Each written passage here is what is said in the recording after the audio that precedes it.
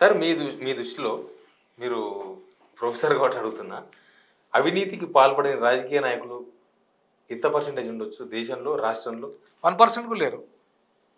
1% కూడా 99% అవినీతి పరులుగా ఉన్నారు కాబట్టి వాళ్ళ వ్యవస్థలో ఎంత దుర్మార్గం జరుగుతుంది. ఈవెన్ ప్రభుత్వం కూడా కొత్త ప్రభుత్వం వచ్చింది. అవినీతి పరులైన అధికారులకి మళ్ళీ ఎట్లా నువ్వు కీలకమైన పదవులు ఇస్తావు? నిజంగా ఇది ప్రజాపాలన, ట్రాన్స్పరెంట్ పరిపాలన అయితే అవినీతి గత ప్రభుత్వమే అవినీతి చేసిందని నువ్వే అన్నావు కదా. మరి నువ్వు అన్నప్పుడు గత ప్రభుత్వంలో అధికారుల యొక్క సహకారంలో కూడా ప్రభుత్వం అవినీతి చేస్తుందా?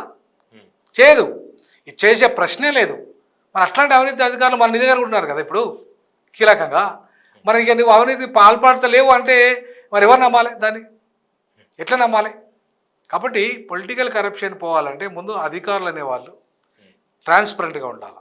ఏదో తూతు మంత్రంగా కానీ 10,000 తీసుకున్నాడని 20,000 తీసుకున్నాడని వాళ్ళని పట్టుకోవడం కాదు.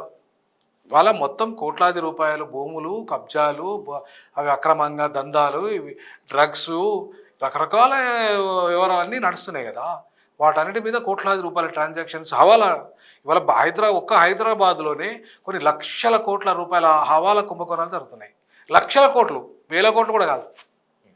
మరి దాన్ని ఎట్లా కంట్రోల్ చేస్తాం? అది అది అది అది నీకు ట్యాక్స్ పేమెంట్ జరగని డబ్బు కదా.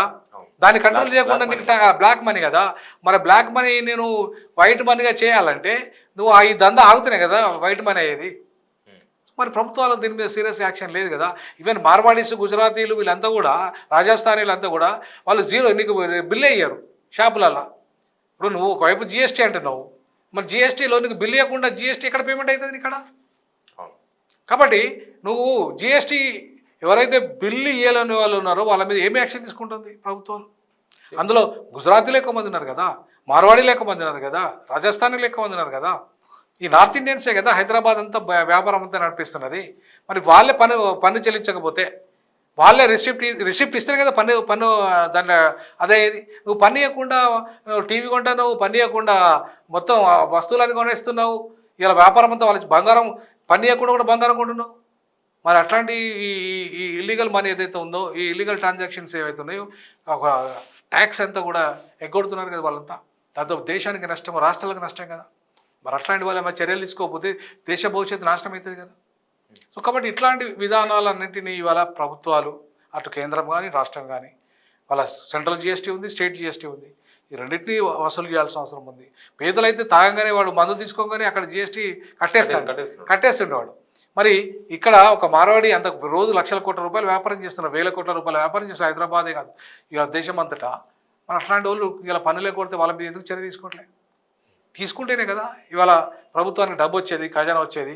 ఈ పేద ప్రజలు కట్టే డబ్బైనా మరి వాళ్ళు సంపన్నులు కట్టే డబ్బు రావద్దా? సో సంపన్నులు ఎగ్గొడుతున్నారనే విషయాన్ని నేను చెప్పట్లేదు.